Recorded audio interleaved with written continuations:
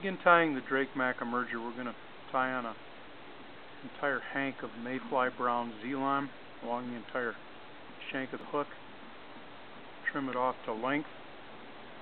Should extend about half to 1/3 the length of the hook shank. Now we're going to tie on a ribbing material. For that we can either use doubled up monocord, or in this case I'm using about 1/3 of a shank, 1/3 of a hank of mayfly brown Z-line. Now we're going to dub a fairly rough and bulbous, if you will, robust body. You can use a tan Z-line blend, you can use tan Australian opossum, anything like that, or tan rabbit.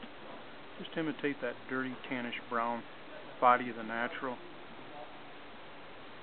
Wrap one turn of dubbing behind the ribbing material, and now carry that dubbing all the way forward to a point just behind the eye of the hook, and that's where we're going to tie in our wing case. Next we're going to carry our ribbing material. It should use Z-line, and I like to use Z-line, and twist it. Continue to twist that hank of Z-line as you wrap it forward. That keeps it nice and tight. This also gives a lot of life to this fly, a lot of sparkle, and a very distinct rib to our Drake Mac emerger pattern. You'll notice the adult of a Drake Mac has distinct ribbing, very dark brown ribbing over a tan body. Now we're going to tie in a little section of closed cell foam, dark gray, dark dun if you will, and that's going to form our wing pad. Tie that down, go to the point just behind the eye of the hook, hold the foam back, and this is going to give the impression of an emerging wing pad on this large mayfly emerger. Next, trim.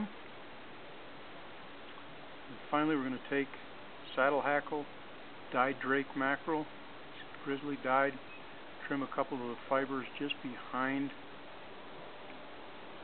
or just I should say at the end. I'm going to readjust that so I can tie in the saddle. This is going to form the legs and the emerging wings.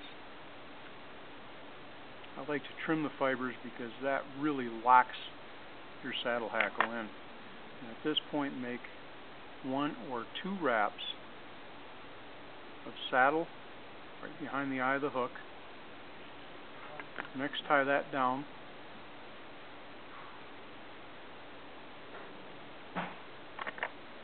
Finally trim your saddle away and whip finish.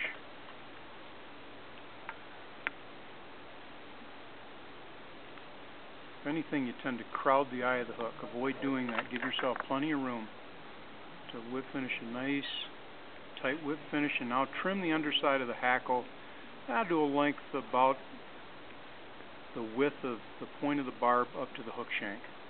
And that's the finished Drake Mac emerger.